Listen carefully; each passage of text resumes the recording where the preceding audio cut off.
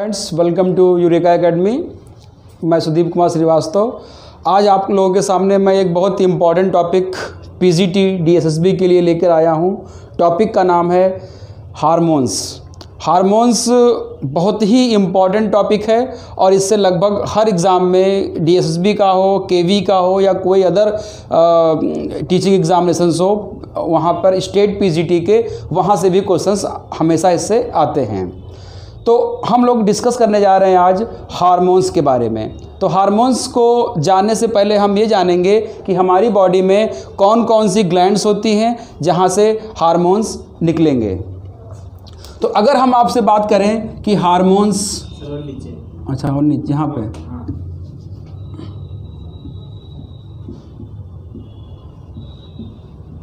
Hormones, सभी लोगों ने, आप लोगों ने हार्मोन्स के बारे में सुना होगा। तो एग्जैक्टली जो हार्मोन्स होते हैं वो हमारी बॉडी में एक non nutrients low molecular wait compound होते हैं जो एक तरह से केमिकल मैसेंजर की तरह काम करते हैं। केमिकल मैसेंजर की तरह काम करते हैं। तो अगर आपसे पूछा जाए कि हार्मोन्स क्या होते हैं तो आप कहेंगे hormones are non nutrients low molecular weight chemical messengers. दूसरी चीज, हार्मोन्स कहाँ से निकलते हैं? तो hormones secreted by endocrine glands. Hormones endocrine gland से निकलने वाले केमिकल मैसेंजर्स होते हैं जो एक पार्ट से बॉडी के निकल करके बॉडी के दूसरे पार्ट को इंड्यूस करते हैं या उसको इनहिबिट कर सकते हैं, उसके फंक्शन को स्टिमुलेट कर सकते हैं, पॉजिटिव या नेगेटिव उसको फंक्शन को उसके कर सकते हैं। हार्मोन्स का हमारे लाइफ में, एनिमल के लाइफ में, प्लांट के भी लाइफ में बहुत इंपॉर्टेंट रोल होता है। बॉडी की ग्रोथ के लिए, मेटाबॉलिक एक्टिविटीज़ के लिए, इन सब चीज़ों के लिए हार्मोन्स इम्यून सिस्टम को डेवलप करने के लिए और ब्लड प्रेशर को, हमारी बॉडी टेम्परेचर को, इन सब को रेगुलेट करने के लिए भी हार्मोन्स बहुत इंपॉर्टेंट रोल निभाते हैं। तो हम लोग अगर बात करते हैं कि हार्मोन्स कहाँ से निकलते हैं तो क्लियर कट बात होती है कि हार्मोन्स निकलते हैं एंडोक्राइन ग्लैंड से। और एंडोक्राइन ग्लैंड्स का मतलब ये होता है कि ऐसी ग्लैंड्स जो डक्टलेस होती हैं। डक्टलेस ग्लैंड को हम लोग एंडोक्राइन ग्लैंड्स कहते हैं। अब बात आती है कि हमारी बॉडी में कौन कौन सी ऐसी ग्लैंड्स हैं, एंडोक्राइन ग्लैंड्स हैं जहाँ से हार्मोन्स निकलते हैं। तो हम ध्यान देते हैं यहाँ पर कि हमारी बॉडी में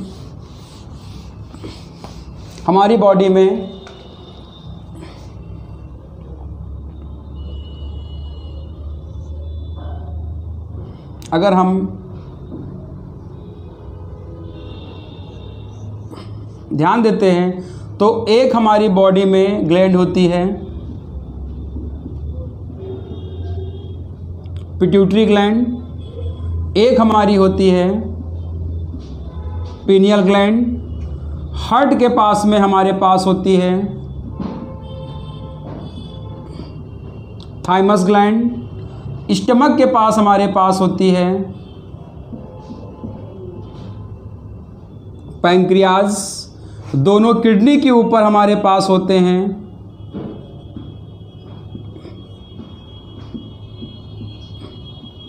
एड्रिनल ग्लैंड और मेल में टेस्टिस और फीमेल में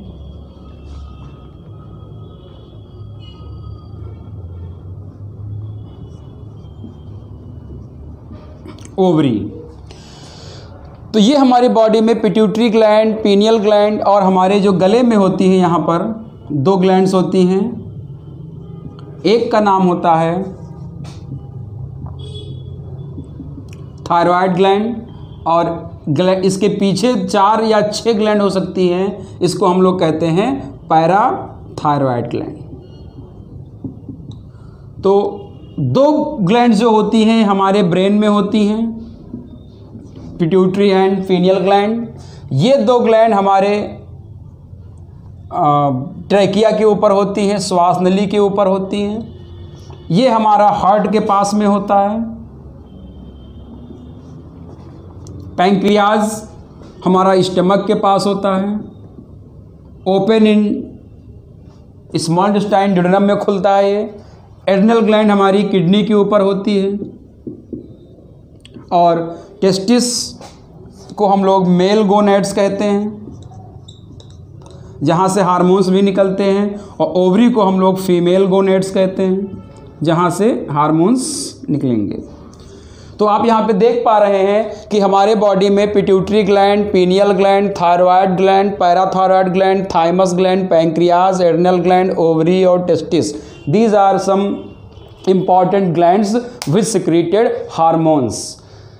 इनमें कुछ मिक्स्ड ग्लैंड भी होती हैं। मिक्स्ड ग्लैंड का मतलब होता है कि ऐसी ग्लैंड जिनमें एंडोक्राइन और एक्सोक्राइन दोनों की प्रॉपर्टी हो, यानी कि जो डक्ट और डक्टलेस दोनों होती हैं। अब हम यहाँ पे देखना चाहेंगे कि पिट्यूटरी ग्लैंड, पीनियल ग्लैंड, इन सब से कौन कौन से हार्मोन्स यहाँ पर निकलते हैं। तो हम स्टार्ट करते हैं पिट्यूटरी ग्लैंड से। जैसा कि हम लोग जानते हैं कि पिट्यूटरी ग्लैंड हमारे ब्रेन में होती है और ब्रेन में हाइपोथैलेमस के पास में ये स्थित होती है। एग्जैक्टली होता क्या है कि हाइपोथैलेमस के पास में एक बोन होती है जिसको आप लोग कहते हैं स्फेनॉइड बोन। स्फेनॉइड बोन, इस स्फेनॉइड बोन में एक कैविटी होती है। इस कैविटी का नाम है सेला टर्सिका कैविटी होती है। इस सेला टर्सिका कैविटी में ही हमारी पिट्यूटरी ग्लैंड स्थित होती है। इस सेला टर्सिका में पिट्यूटरी ग्लैंड स्थित होती हैं। एक बार समझ लीजिए फिर से। हाइपोथैलेमस के पास में एक बोन होती है, उसका नाम है आपका स्फेनॉइड बोन। उस स्फेनॉइड बोन में एक कैविटी होती है, उस कैविटी का नाम है सेला टर्सिका। उस सेला टर्सिका कैविटी में हमारी पिट्यूटरी ग्लैंड स्थित होती है।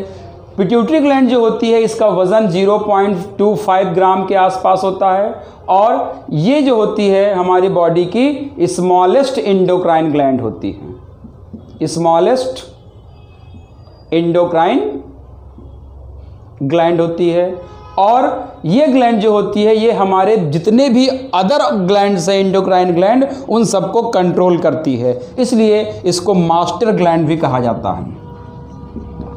इसको क्या कहते हैं? मास्टर ग्लैंड भी कहा जाएगा। यानी कि पिट्यूटरी ग्लैंड जो होगी ये स्फेनॉइड बोन में जो सेला टर्सिका कैविटी होती है उसमें स्थित होती है। इसका वज़न 2.5 ग्राम के आसपास होता है।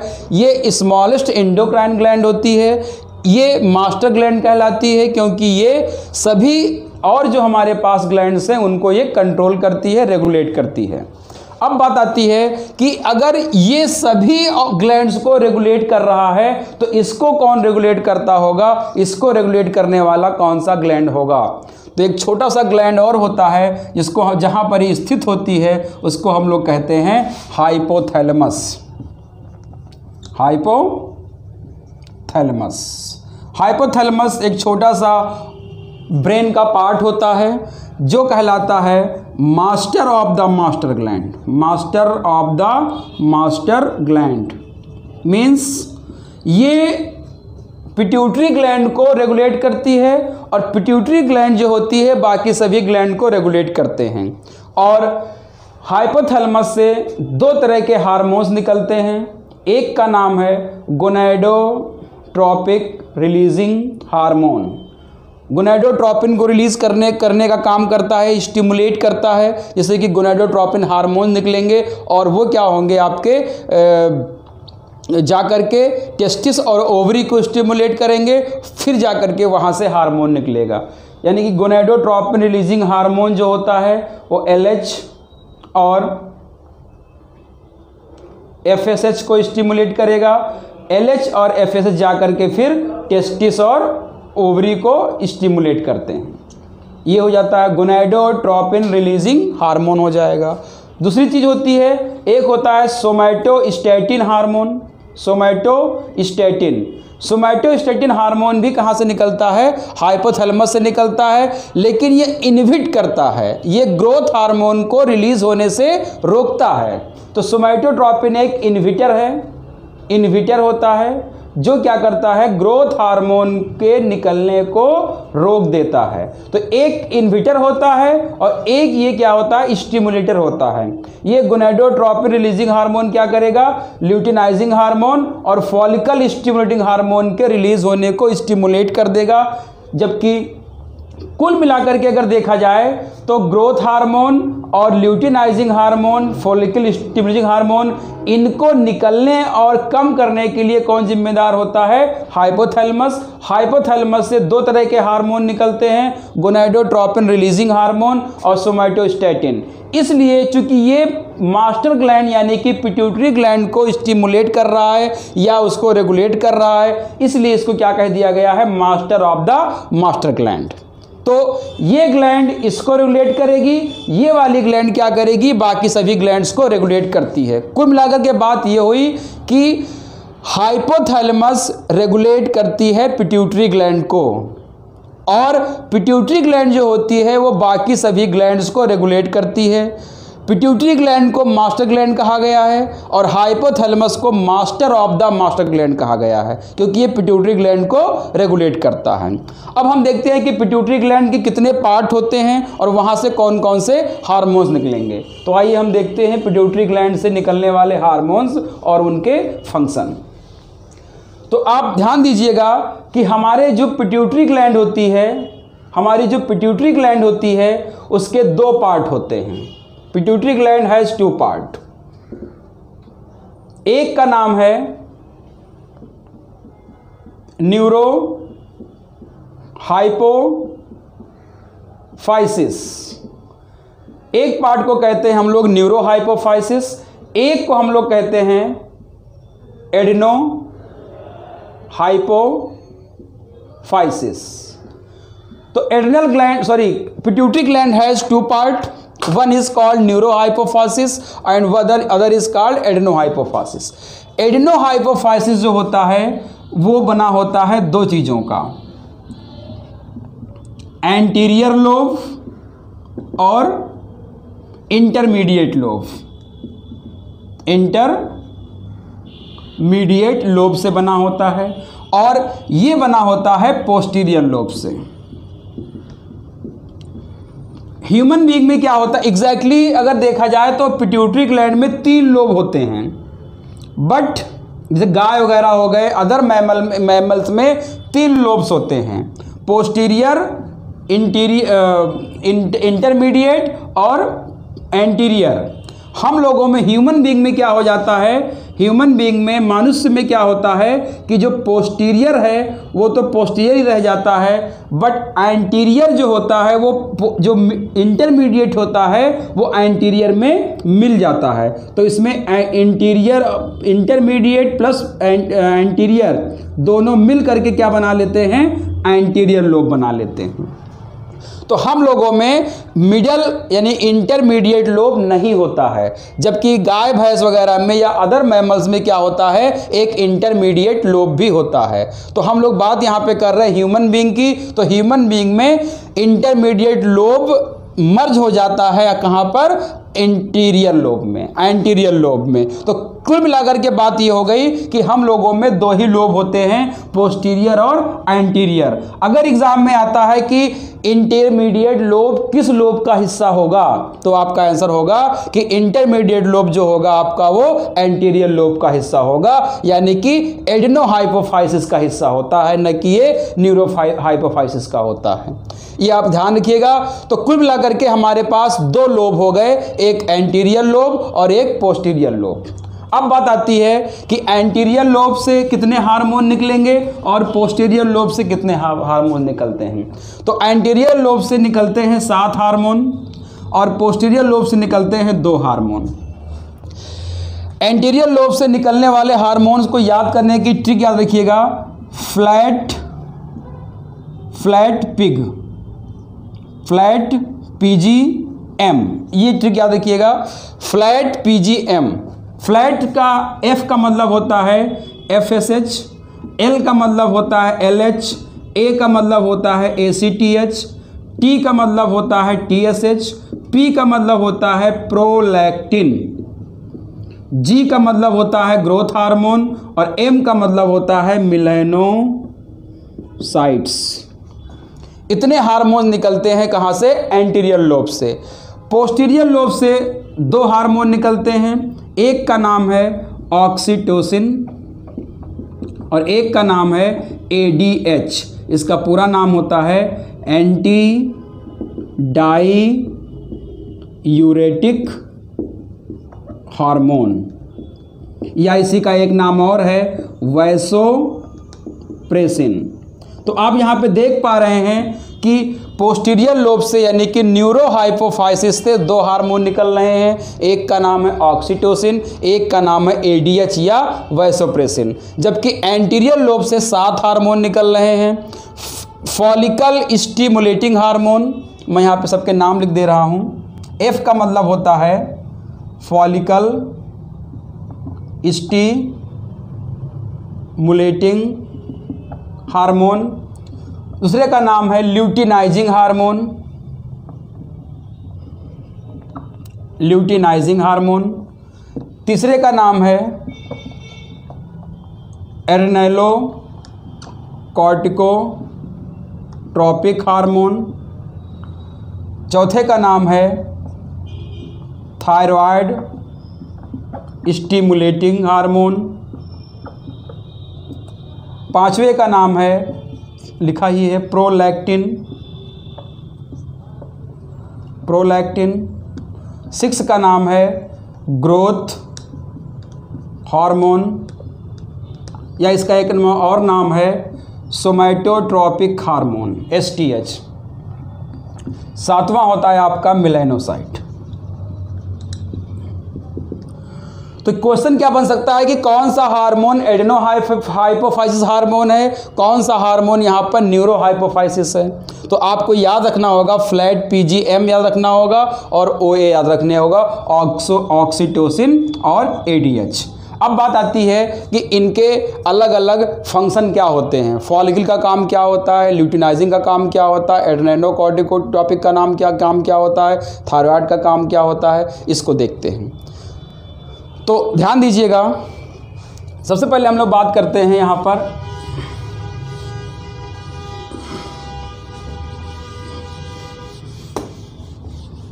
आज हम लोग 2 चीज़ों की बात करते हैं। एक ऑक्सीटोसिन का काम क्या होता है और दूसरा ADH का काम क्या होता है। तो ऑक्सीटोसिन जो होता है, इसका जो मेन रोल देखा गया है वो फीमेल में देखा जाता है, मेल में इसका रोल अभी तक क्लियर कट नोन नहीं है। ऑक्सीटोसिन को हम लोग बर्थ हार्मोन कहते हैं। बर्थ हार्मोन कहा जाता है क्योंकि जब कोई फीमेल प्रेग्नेंट होती है और उसमें डिलीवरी होने वाली होती है, तो डिलीवरी के समय जो बच्चा यूट्रस में जो कॉन्ट्रैक्शन होता है, वो कॉन्ट्रैक्शन करने के लिए बर्थ हार्मोन जिम्मेदार होता है, यानी कि ऑक्सीटोसिन रिस्पॉन्सिबल होता है। और बच्चे को डिलीवरी के लिए जो इजी स्पेस और इजी कंफर्ट जोन जो देता है, वो आपको कौन देगा? ऑक्सीटोसिन देता है। एक चीज़ ये हो गई। दूसरी चीज़ यहाँ पर क्या होती है कि ऑक्सीटोसिन मिल्क इजेक्शन हार्मोन कहलाता है। मिल्क इजेक्शन हार्मोन मीन्स जब बच्चा माँ के गर्भ से बाहर आएगा, उसका बर्थ हो जाएगा, तो उसको फीडिंग के लिए, भोजन के लिए उसको मिल्क की रिक्वायरमेंट होती है। वो मिल्क माँ के मेमरी ग्लैंड से रिलीज करने का काम कौन करता है? मिल्क इजेक्शन का काम कौन करता है? ऑक्सीटोसिन करता है। तो कुल मिलाकर के ऑक्सीटोसिन के 2 काम हो जाते हैं, बर्थ हार्मोन के रूप में और मिल्क इजेक्शन के रूप में। कभी कभी आपने देखा होगा या सुना होगा, जब कोई गाय भैंस मिल्क नहीं देती है, दूध नहीं देती है, तो उसको एक इंजेक्शन लगाया जाता है। वो इंजेक्शन किस चीज़ का होता है? ऑक्सीटोसिन का होता है। उस इंजेक्शन से लगाने से गाय भैंस इजीली दूध देती हैं। और आजकल सब्जियों को रातों रात बड़ा करने के लिए, उसको ग्रोथ करने के लिए वेजिटेबल को, सब्जियों को बड़ा करने के लिए, उनको ग्रोथ करने के लिए ऑक्सीटोसिन का इंजेक्शन दिया जाता है, जो भी ये अच्छी चीज़ नहीं है, इलीगल है। सरकार इस पे बैन लगा के रखा हुआ है कि ऑक्सीटोसिन बाज़ार में नहीं मिलना चाहिए। इसको हमारी बॉडी में जाने पर ये, क्योंकि स्टेरॉयड हार्मोन होते हैं, वो बॉडी को गलत तरीके से उसको प्रभावित करते हैं। और दूसरी चीज़ होती है आपकी एडीएच। एडीएच का काम होता है, इसका नाम ही है एंटी डाययूरेटिक हार्मोन। ये क्या करता है कि हमारे बॉडी में जो हम लोग वाटर पीते हैं, पानी पीते हैं, ये वाटर पीने के बाद कहाँ पे जाता है? ब्लड में जाता है। और हमको पता है कि हमारे ब्लड का वॉल्यूम हमेशा फिक्स होना चाहिए, हमेशा ब्लड का वॉल्यूम फिक्स होना चाहिए। जैसे मान लीजिए कि हमारे ब्लड में, हमारी बॉडी में मान लीजिए 4 लीटर पानी है, वाटर है, और हमने क्या किया कि 5 लीटर पानी और पी लिया, तो 5 लीटर पी लिया तो टोटल 9 लीटर हो गया, लेकिन होना कितना चाहिए? 4 लीटर। तो हमारे बॉडी में ब्लड क्या होता है? फिल्टर होता है, और फिल्टर होने के बाद ये यूरिन बन जाता है, और यूरिन जो होता है पानी को बाहर निकाल देता है यूरिन के रूप में। तो ये हार्मोन क्या करता है कि जो पानी हमारी बॉडी में आया है, वो कितना पानी ब्लड में रहेगा और कितना पानी यूरिन के फॉर्म में बाहर जाएगा, ये नियंत्रण का काम किसको दिया गया है? एडीएच को दिया गया है। तो एडीएच क्या करता है? ब्लड में पानी की मात्रा को नियंत्रित करता है, साथ ही साथ यूरिन के फॉर्मेशन को भी रेगुलेट करता है। तो याद रखिएगा, एडीएच का काम क्या हो जाता है? रेगुलेट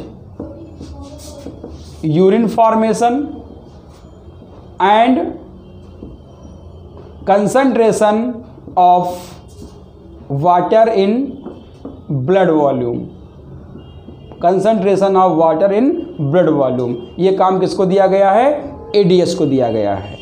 एडीएच कभी कभी जब कोई इंसान अल्कोहल ले लेता है, तो अल्कोहल ज़्यादा ले लेने पर एडीएच की मात्रा कम हो जाती है।